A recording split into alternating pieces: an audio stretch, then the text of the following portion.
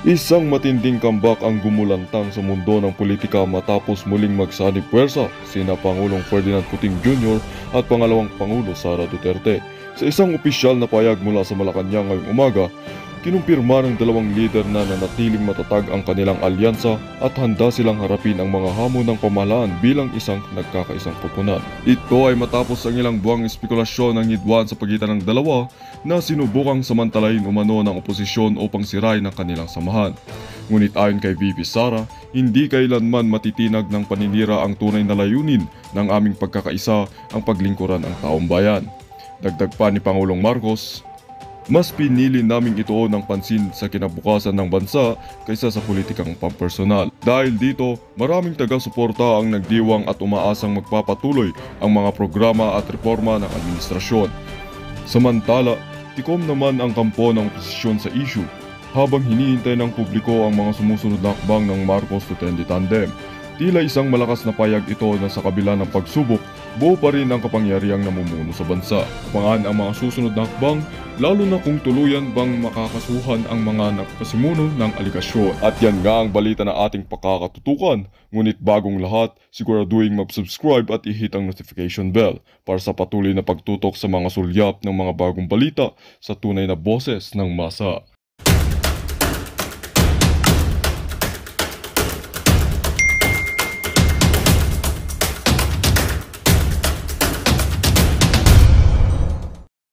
Ito, ano lang to, kumbaga, pasakali eh. Ito, yan oh, grabe naman yan. Ibang klase naman yan, oh, grabe. Oh, talagang todo effort yang si Tambaluslos sa kakasalok ng 20 pesos na bigas. Kaya naman, yan ang dahilan kung bakit talagang hindi kayo mamahalin sa bayan ng Pilipino. Pag nakikita ko itong si Ma'am Joey at itong si Ma'am Shas, talaga namang ginaganaan tayo. Eto na, rekta na ho tayo dito sa ating pakasahin dito sa video na to. The National... Tanggalin ko lang tong ano na to. Yan. The National Unity Party, NUP, has expressed its support for Speaker Ferdinand Martin Romualdez to remain at the helm of the House of Representatives in the upcoming 20th Congress. Siyempre. Sino pa naman ang gustong matanggal yang si Tambaluslos? Alangan naman yung 19th Congress, naranasan nila yung linamnam ng mga ayuda ni Tamba. Alangan naman itong 20th Congress, hindi nila maranasan. Kayo naman. NUP, basang-basa na namin kayo. Yang mga partido na ganyan, dito natin makikita kung sino-sino talaga ang para sa taong bayan. Mantakin nyo, NUP, gustong manatili itong si Martin Tambaluslos Romualdez dito sa 20th Congress bilang Speaker of the House. Kaliwat ka ng skandalo ang kinasangkutan niyang si Tambaluslos. Sa mga doon sa 19th Congress, meron siya budget, meron siya Quadcom, meron siya BICAM, ang dami hong kabalbalan, meron siya ayuda, meron siya flood control. Ang dami yung kabalbalan na kinasangkutan ng mama na yan noong 19th Congress, tapos sasabihin ng NUP na binabackupan nila. Suportado nila ang pagpapatuloy bilang Speaker of the House nitong si Tambaluslos sa 20th Congress. Yung NUP na yan, wala rin hong kwenta yung ang daming pwedeng maging speaker na kung saan walang bahid ng kung anumang kabalbalan.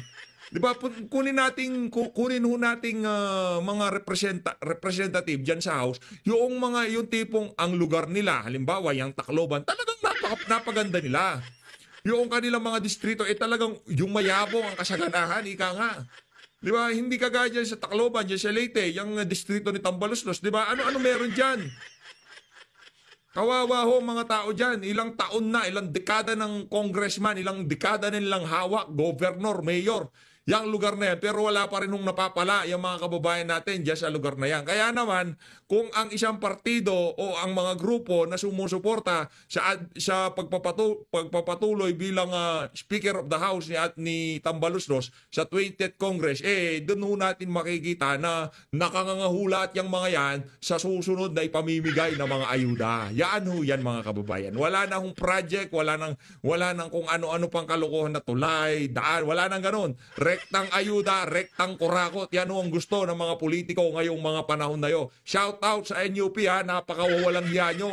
Anak ng toko, ang daming pwedeng, kung ayaw nyo yung si Mayor Congressman Pulong Duterte, di wag niyo siya suportahan bilang Speaker of the House. Pumili kayo ng iba na hindi dapat yang si Tambaluslos dahil may bahid na ho yan ng kawalang yaan, ika nga. Ito na, rekta na ho tayo dito kay Ma'am Sasrugando Sasot at dito kay Ma'am Joey, no? Ay, naku, ba't bigla tayong nawala? Ito, nagbabalik ho tayo mga kababayan. Rekta ho tayo sa huntahan nitong si Ma'am Joey at nitong si Ma'am Sasrugando Sasot. Ano lang ho ito, hindi na ho tayo iimik dito. Papakinggan lang natin ang ating mga magagandang panahuhing pandangal dito sa video na to. Palakpakan natin Ma'am Joey Dilib at itong si Ma'am Sasrugando. Pag-update ng mga nawawalang functionalities. Ewan pa sa inyo, Windows, punyeta kayo. Kung di ko na kailangan ng computing power ng Windows, hindi ako nalilipat ng Windows. Anyway, Highway, gusto ko lang batiin ang mga pangit sa mga nanonood at ang mga kagandahan. Ito po ang inyong favorite na ka-moisture. Di ba moist na moist? Anyway, gusto ko lang po i-congratulate ang lahat ng mga tao. You know, this was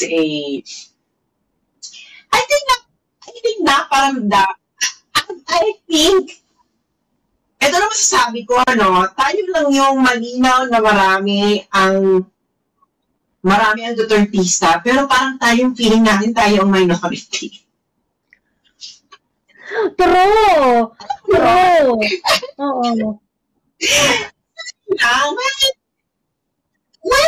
Alam mo, ganyan yung feeling namin kahit, di ba kahit yung presidente si Digong, di ba, bakit parang kami yung minority? Kami yung nasa pwesto Kami mas marami. Bakit parang feeling namin kahit kami yung minority? Bakit kami kailangan maging inaapi-api ninyo? Ganyan. True. Ayun. Yes, at least nasampal ng sabay-sabay ang lahat dahil unang-una, nakita nyo na kung ano ang klase ng propaganda. Lalo for the American 13%. Last year, nung grabe yung bombardment na ganyan, si Daria, nagsabi siya na, parang ang first ko naman dito sa camera na ito ngayon. Tapos, nakita mo yung post ni Javad. Nagpapanik siya. Uy, i-embrace nyo na ang ano sabi niya? Sabi niya, i-embrace na daw dapat ng mga BBM supporters at saka yung Pink Tactical Alliance para magapi si Inday Sara. Kasi kapag nakabalik daw si Inday Sara, yari tayong lahat. Ha? Gusto ko lang sabihin sa kanila na ito na yun. True. Yari na talaga kayo. Yari na talaga kayo. Ito sabi niyo. Ito na yun. If BBM does not step up and Pinks don't embrace a principled and calibrated tactical coalition, there will almost certainly be a military comeback. And yari ang lahat. Sabi na yari ang lahat. Like, mawala ka na ng funding? Bakit yari ang lahat? Yari ang... Bakit? Wala na bang supply ng droge? Wala na bang supply ng droge? Wala na bang... Natawa ko din sa natawa ko din sa Principled and Calibrated Tactical Coalition. Ano yun? Calibrated Tactical Coalition. Dito iba sila, ano to, na if BBM does not step up from what? That's... Principled about what? Yari lahat. Yari lahat dahil ang dami mga nakulimbat ng mga kakosa ninyo. Ngayon, yari talaga lahat dahil sinabi ko na yan. 2023 pa lang, nasa Pilipinas ako. Noong May. Okay, May. Winarningan ko na kayong lahat. Ayaw nyo makinig sa akin. Sinabi ko na sa inyo, sa lahat ng bagay na iaako sa inyo kay Inday Sara, ang hindi yung pwedeng ibato sa kanya ay yung magnanakaw. Yung sasabihin niya siya ng magnanakaw. Dahil hindi gagawain yan. Yan. Matagal niyang pinag-ingatan niya. Yan ang sobrang ayaw na dahil bakla, pag inakusahan mo siya ng ganyan, magtago ka na dahil yan na ang kanyang, alam mo, meron tayong mga bagay sa buhay Bottom natin. line. I mean, May mga bottom line tayo. may mga bagay sa buhay natin na ito yung wag mo to sa akin ako dahil pag inakusa mo sa akin to, yari ka dahil bababuyin kita. Alam mo yung ganyan. May mga ganyan tayo, aminin na, may mga ganyan tayong bagay sa mundo. Yeah, sinabi. Naalala ko nung nasa Pilipinas pa ako, nakausap ko sa PRD, yan sabi ni PRD, yan ang wag niyong i-akusa kay. Sinabi talaga ni PRRD din. Sabi niya sa amin. Wala naman si PRD, sorry PRD, sabihin ko na. Sabi niya, mas malala pa sa akin yan. Sabi niya, na mga magre-regalo, bibigyan mo si Inday ng regalo, gano'ng paninday. Ayan. Susulat pa yan. Mag-code ng patas-patas, tapos ibabalik sa'yo, matatanggap mo yung sulat.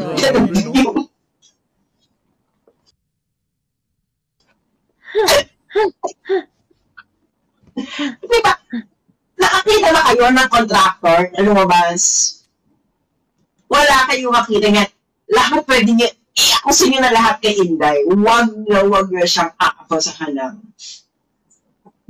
nangungulimbat ng kwarta. Uy, bakla, wala talaga yan. Wala. Mas hindi yaan ang, alam mo yun, sa lahat ng bagay na iya ako sa kay Inday, yaan na hindi. Totoo. Hindi yan kapanipaniwala. Alam mo yun? Siguro pwede nyo siya akusahan na. That's why they have to settle with the Mary Grace Piatos, yung mas wala silang mahanap. Wala silang mahanap. Wala kayong mahanap. Hanggang wala. Kita mo, kaya nga ako, kung kampante ako niyan, yung lumabas yung confidential fund, sabi ko, Diyos ko dahil, ano yung akachipan yung eksena? Kaya nga hindi mo talaga yan, malinis yan si Inday. Alam mo yun, hindi pwede nyo siyang akusahan na mainit ang ulo, bunangera, ganyan. Go! Ako talaga, go yan. Akusahan nyo siya ng ganyan. Wala akong pakialam. Pero yung akusahan nyo si Inday, na si Inday ay nangungulimbat ng ganyan. Girl! Tapos, araw-arawin mo siya, nang gaganyan-ganyan mo siya, nang wala ka ng. Kaya yan si Inday, kung may isang bagay yan, na talagang pwede siyang makipagtagihan. Alam mo yung harapan na pwede niyang, pwede niyang warakin, pwede niya kanyang balatan sa pamamagitan ng kanyang kamay. Yan ang issue na yan. Dahil ayaw ni Inday. Kahit sa mga ginagawa ng mga tao. Wala ka talagang maano yan. Yung sabihan mo siya na gumalaw ng pera ng taong bayan or whatever. No. Pananggong ka. Yan ang hindi talagang, that's something na pwede mo siyang sabihin na, si Inday, tsaka ng mga choices sa politics, bakit naman ganito, bakit ko nitong in-endorse niya. Okay lang sa kanya. Oo, pwede pa yan. Pero, diba? Politician. Alam mo, because Inday is a politician. But, kaya itong si Japan, bakit kayo natatakot? Ano kinakatakot ninyo? What exactly are you scared of? Pero, yari ang lahat. Bakit yari ang lahat? Ay, Tony, ano bigla ba kayo masama? Hindi ba? Well, ba't nangyari itong kampo ni BBM? Dahil gago kayo, Kasi tingin ko, eto lang theory lang. Because of the election results. Sinabi ko na to, di ba, sa inyo last year. Habang ngayon ang mga jury magkakaroon ng shifting of alliances. May shifting, girl! Ramdam na. Alam buhay? Sige, go. Sorry. Alam niyo ang buhay, no? Part kasi ito ng dissertation ko, no? Buhay, time is a rhythm. There is a rhythm to time. Okay? I-illustrate ko yan dahil magkakaroon tayo ng graded recitation. Problems mo. So, Joey is spell rhythm. Rhythm. Spelling tayo dyan, Walang spelling. Okay. So, there is a rhythm to time. Kaya nga dapat kayo, you should do a lot of meditation para maramdaman ninyo ang rhythm ng buhay ninyo. Alam niyo, kasi maramdaman niyo talaga, ay, putang ina itong buhay ko, papunta ito ng pa-downturn. Pa-downturn. So, para maramdaman ninyo, hindi kayo maka-caught off guard, di ba? Hindi kayo maka-caught off guard. So, ngayon, itong nangyayari sa kanila, yung pinag-usapan na natin ito, Joey. Sabi na, ang pagkasunduan natin ito, ang aga-aga ninyong libakin sa Inday, unang-una, ikalawa, mali yung tinapyasan nyo siya ng budget. Kasi kung gusto nyo sirain ang isang tao, bigyan nyo siya ng maraming pera because the more na malaki ang hawak mong budget, the more chances of committing a mistake. Nagkakamali siya. Di ba, sabi ko nga, noon, di ba, kinakampanya pa nun, ikaw nga, ayaw mo na. Hindi, bigyan nyo ng confidential funds. Hindi, ako, di ba, sabi ko, oo, ayaw mo. Huwag tagyahan ko na yung confidential fund. Kaya, 2022, ano pa,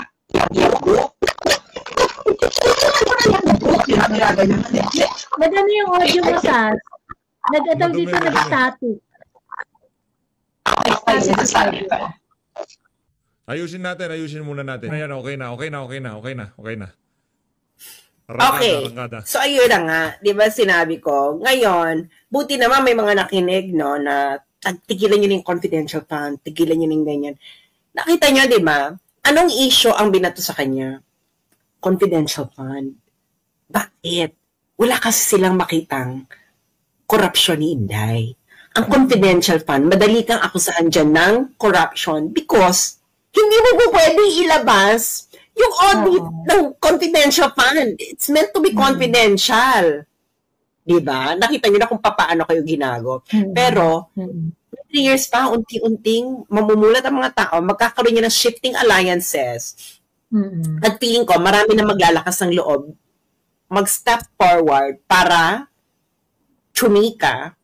At ang hinihintay ko talaga ang sagupaang Amy Marcos at Lisa Martin. Oo!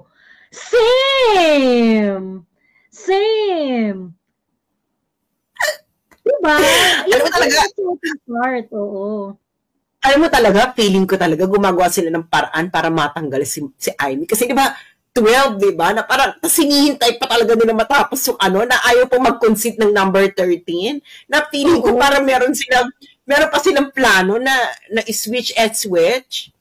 Pero nakita ko na, ay malayo na to, nung 70%, nung 75%, bakla pang 75%, nasa number 12 ka na, wala na yan. 75%? Bakla, ilala lang yung 30%, wala na yan. Statistically improbable na yun. Parang ilang percent na, 90+% na ayaw pa rin mag-concede. Naglabas na rin ng national canvas yung COMELEC. Ay, Wichikals, ayaw pa rin ni Tito Muben na mag-concede. Ano mo gagawin nila yan? Iti-challenge pa nila yan sa COMELEC. Kasi feeling ko, ang gagawin nilang parang, bibigyan nila ng sakit ng ulo si Amy Marcos. Diba? Ganyan ang gagawin nila yan. Sasampahan ng electoral protest. Na, ay, dinaya mo ako, ganyan. Di ba? Ubusan ng pera. Ganyan lang naman yan. Ganyan. Anyway. Nangaragin nila, ng bonggang-bongga. Nangaragin nila si Amy. Pero, ayun na nga, feeling ko talaga, Noong nakita ko lang si Amy na nag-12, naku, patay ka, Liz at Martin. Hindi ka titigilan ni Amy. Kasi si Amy, may 6 years. May 6 years as senator. Kayo 3 years na lang. So parang last term na ata ni Martin Romualdez. Hindi pa, meron pa. Last term niya na to. Yes. So 3 years. So after 3 years, hunting season ka na, Bex. Correct. Hunting season na. Kaya yung sabi ni Javad, malaking posibilidad na magkaroon ng 30 comeback and yari na ang lahat. Well, yari talaga kayo. Ginago nyo si Inday eh. Di ba sinabi na nga ni Inday sa inyo, hinayaan nyo na lang sana akong magtrabaho. Yung. Correct. Yun na lang yung pakiusap. Bahala na kayo dyan. Bahala na kayo sa ginagawa ninyo. Basta hayaan nyo lang siya magtrabaho. Pero, anong ginawa ninyo? Pinagtulungan nyo yung Ali. Binaboy nyo ng bonggang-bongga ng ang issue nyo pa. Nagneno ko yung mga Merry Grace Piatos. Hindi kayo titigilan ni Inday. Sinasabi ko lang sa inyo. Hindi kayo titigilan ni Inday dahil you crossed Inday's red line. Yung. Hindi pa naman mapagpatawad si Inday. Hindi pa naman siya mapagpatawad. Actually, nakakatakot talaga si Inday. Sinabi niya yan eh. Di ba nung... Kahit si TP naman eh. Kung meron siyang kinatatakot ang isang politiko, walang iba kung hindi si Mayor Inday. Sa kanya siya natatakot na magalit. Kahit si TP, sinabi niya yon sa isa sa kanyang mga vlog. Isang politiko lamang ang kinatatakutan niya, si Thinking Pinoy. Yan o si Vice President Sara Duterte. Nung nag-apologize siya dun sa KOJC, nagpunta siya sa KOJC compound. Immediately after nung siege, nagpunta si Inday doon. Sabi niya, alam ko sinasabi niyo na dapat mahalin ang kaaway at magpatawad. Sabi ganito sa Inday, kasi wala pa ako dun sa ano na yon. Wala pa ako dun sa space na yon na magpatawad ng kaaway. Sabi niya ganon. So, in a sense, naiintindihan ko si Javad na, yari kayo kasi talagang lahat ng kagaguhan nyo, feeling ko talagang... Paano mo magka-calibrated? May impeachment. Hindi. Alam ni Inday kung anong merong hawak kayo. Kayo ba alam niyo ang mga hawak ni Inday? Wala nga nakakaalam kung anong mga barahan ni Inday ngayon. Nobody knows it except Inday. That's how astute that's how critical the situation is. Nobody knows. It's only her and maybe very special around her. Alam niyo si Inday, sinabi niya na yan before. Hindi siya papasok sa laban na hindi niya kayang tapusin.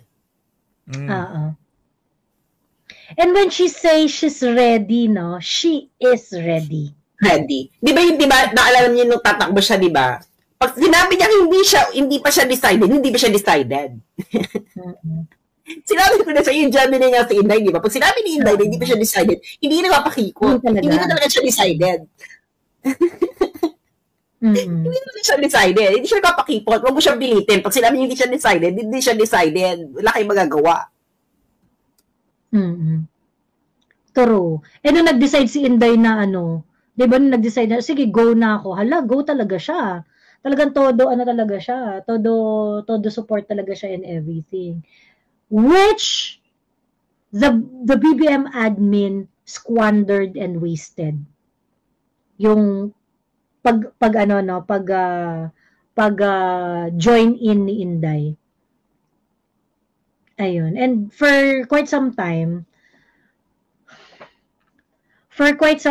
yung rating ni BBM at saka yung rating ni Inday ay laging combined, laging magkasama. Until yun nga, na totally, earlier this year, nitong March, talaga nag-split na talaga yung nila. Kumagat na talaga sa tao na magkaiba sila, nag-split na talaga yung kanilang mga ratings. Alam ninyo, mahirap yung mga usapin na ito na nga, sabi ko na nga ba, si Amy talaga the most politically brilliant in their family. Which is really true, no? Huwag na tayo magbulahan kahit anti-Amy ka. You have to accept the strengths of people. No, you have to accept the strengths of people and respect your enemy. That's the number one thing about respect, not in the sense na kailangan mo siyang i-worship, but understand that your enemy. Acknowledge, di ba? The strengths and weaknesses of You have to acknowledge the strengths of your enemy because you are not fighting an enemy based on their weakness. You are fighting them based on their strength. Gets niyo na? Yan ang payo ko sa mga estudyante ko na gusto niyo i-critique yung paper, find the best argument. Yun ang i-critique ninyo. Bakit hanapin niyo yung weakest argument? Baka naman kayo. Hanapin niyo yung strongest argument at yun ang i-debunk ninyo. Ibig sabihin, dun ka talaga, pag na-debunk mo yung strongest argument, pag yun ang ina-atake mo, you absorb the strength of your enemy. Ganun yun, mga Bex. Makinig kayo kay Ate Sass. If you attack the weakness of your enemy, you absorb the weakness of your enemy. Okay? Nagagets yun na? Ganun yun. You acquire the shape of your enemy. So, pag ina-atake mo yung weakest ng enemy, you acquire the shape of the weakness of your enemy. So, ngayon, ang eksena sa buhay natin ngayon, nagkaalaman na tuloy. Propaganda lang lahat ang mga pinagsasabi ninyo. Bakla, Bongo, 27 million. Nako. That's the highest in Philippine history. For a senator? Yes, highest vote. Yes, highest vote received by a senator. By a senator. Oh. Okay. Ano ba? Hindi si Robin Padilla yata nasa parang hindi ba?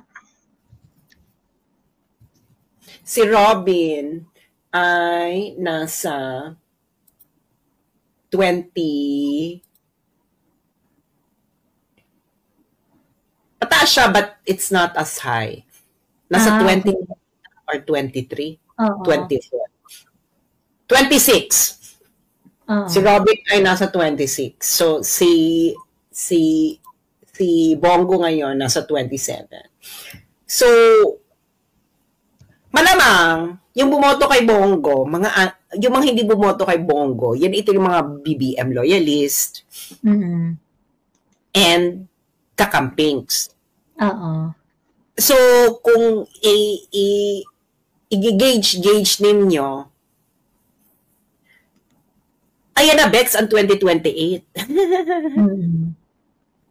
Stone throw away na lang ang 2028, Bakla, yan na ang record yan ang voting record ng 2028. Yung sinasabi ni Javad na kailangan nyo pong mag-tactical alliance. Bakla, ito na yung tactical alliance niyo, itong nangyari ng 20... Nag-tactical alliance na kayo, dami etos. Ha? Wala pa pala itong tactical alliance. Ano ko? Kunwari pa kayong nag-iisip ng tactical alliance, nag-tactical alliance na. I mean, I do not believe that Bam and Kiko did not receive push dito sa na to. They dito did. Sa election na to. They did. At yung kay Bam pa, kay Bam pa, meron pa yung INC. Kung walang INC yan, syempre, pag senator naman kasi pwede kang multiple pag president na, alam naman mag-recommenda ang INC ng dalawang presidente. So, ngayon, i-minus nyo pa yung INC dyan. Di ba? Ngayon, sabihin natin na 4 million ang INC, 27 minus 4 million is what? 27 minus 4, 23. Yaan na ang without INC ni Bongo, 23 million. Si Bam, 20 million minus 4. Minus 4. Eh di yung botante ni Lenny, o di ba ano ba rin kami? May BBM voters na rin yan, yung kay Bam. Tignan mo ako na wala. Meron yan. Yan na yan, Bex. Ang mga bumoto kay Bam, ang intersection lang niyan, yung INC. Bam and Bongo, INC lang ang intersection yan. Malamang yan. Siguro ilan lang dyan yung mga siguro mga 100,000 lang dyan siguro yung Bongo and Bam, no? 200,000, 500,000. Pero i-menos-menos yung mga intersection na yan. Lamang pa rin si Bongo by at least 5 million. Because this is the same vote difference of Duterte from Rojas. Duterte from Rojas, correct. So we are back to 2016 dynamics. So ngayon, yung ginagawa ni Javad na mag-usap ang Pink at BBM, yan ang sinabi ni Marojas kay Grace. Grace, usap tayo. na hindi pumayag hindi pumayag si Grace. Kasi, ano yung sabihin na usap tayo? Ano yun yung boto ko ilipat sa'yo? Paano hindi sabihin doon? Hindi ba? So ngayon, ang eksena ng buhay, ganito. Tanggalin niya si Inday. Bongo can run for president and win. Correct. Ang daming pieces ng ang daming choices. Actually, Bato de la Rosa, kanina na ba chance? Bakla inalang mo kay Bato de la Rosa, 400,000. And ngayon, itong pagtakbo ni Kibuloy, nakita tuloy yung strength ng KOJC. Baka, hindi ko talaga, ay nako, Pastor Kibuloy, no, I don't care if you're not gonna like what I'm gonna say right now, but I'm going to say it anyway because it's me. Siguro tumamo ka lang talaga para pakita lang talaga kung ilan ang talagang hatak ng KOJC, no, para magkaalaman. Kasi aminin nyo sa hindi, Kibuloy is an acquired taste. Ang talagang boto talaga kay Kibuloy na talagang sure ka dyan, KOJC. So, ilan na nabukuhan yung boto? Ano yung final tally? Pakita nga ng final tally. Ilan na nakuha? Hindi, may final eh. Merong final from Comelec. Kaya merong final. Ang tawag dito? Chinek ko to kanina eh. Wait, i-flash ko dito. Ito. Ito yung sa mismo ha, National Congress. Ano yung si Kibuloy? Kibuloy. Ito. Q. 5,719,041. So, more or less niyan, ang voting block ng KOJC is between 3 million to 3.5 million. 3 million to 3.5 million. Bakla can you ignore a voting block of 3 to 3 million?